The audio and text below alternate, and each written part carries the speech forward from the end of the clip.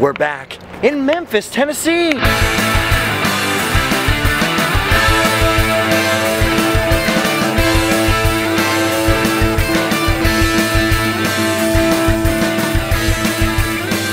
I'm here by this blue industrial looking dumpster with my good friend Tyler Evans, professional rock journalist. Hi! Now this isn't any ordinary dumpster.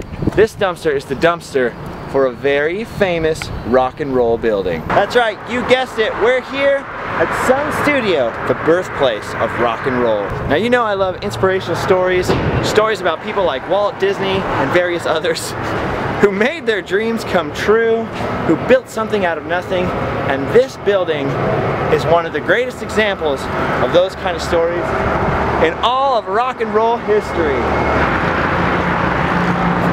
In 1949, young Sam Phillips was working here in Memphis as a pop radio DJ. A shrewd guy and a huge music lover, Sam quickly noticed there was no recording studio anywhere near Memphis. So he got the bright idea of starting the Memphis Recording Service. His motto was, we'll record anything, anytime, anywhere. Music, concerts, weddings, even funerals. Oh. But Sam's true musical passion was the underground stuff. You know what I'm talking about, the blues. I really like blues music.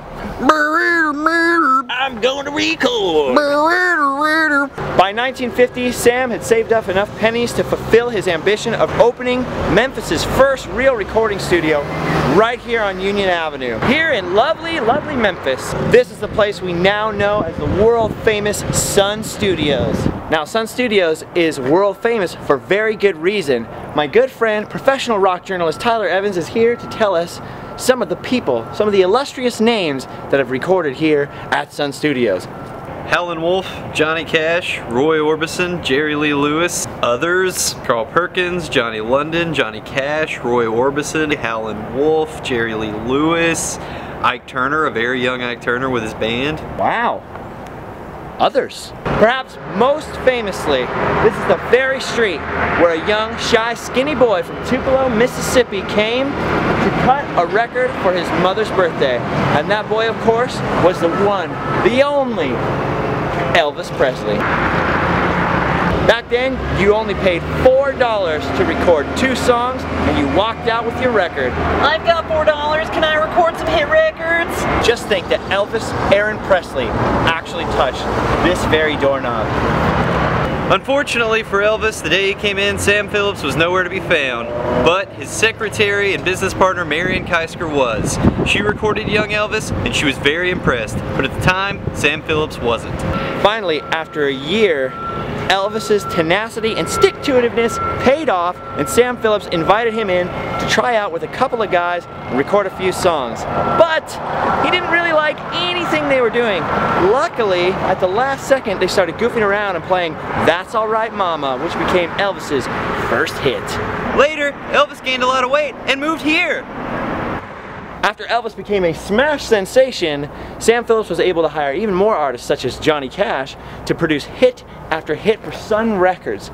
He eventually ended up selling Elvis's recording contract for a whopping, a mega, the ultimate lottery prize of $35,000.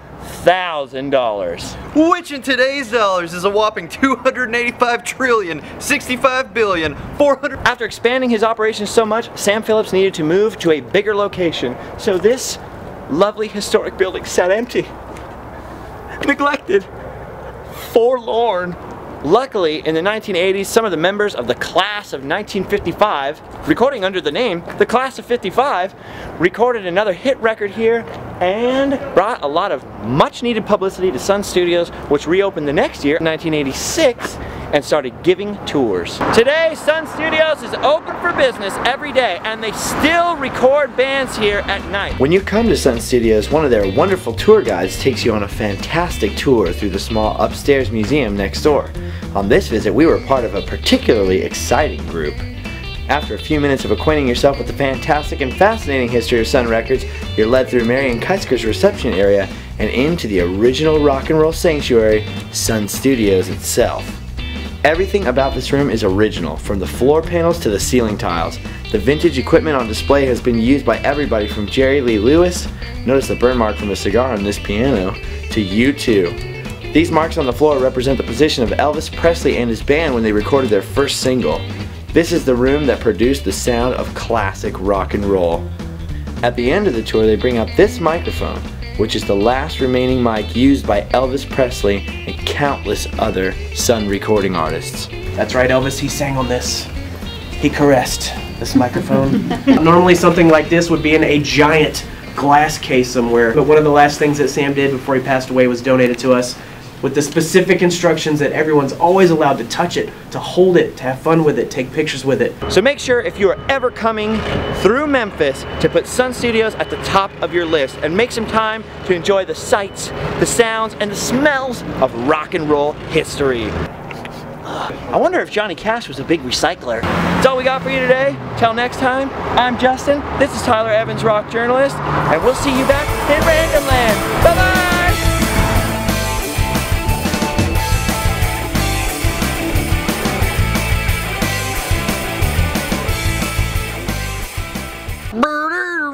I really like blues music. I'm going to record right here in Memphis on my mixing board. A grapefruit.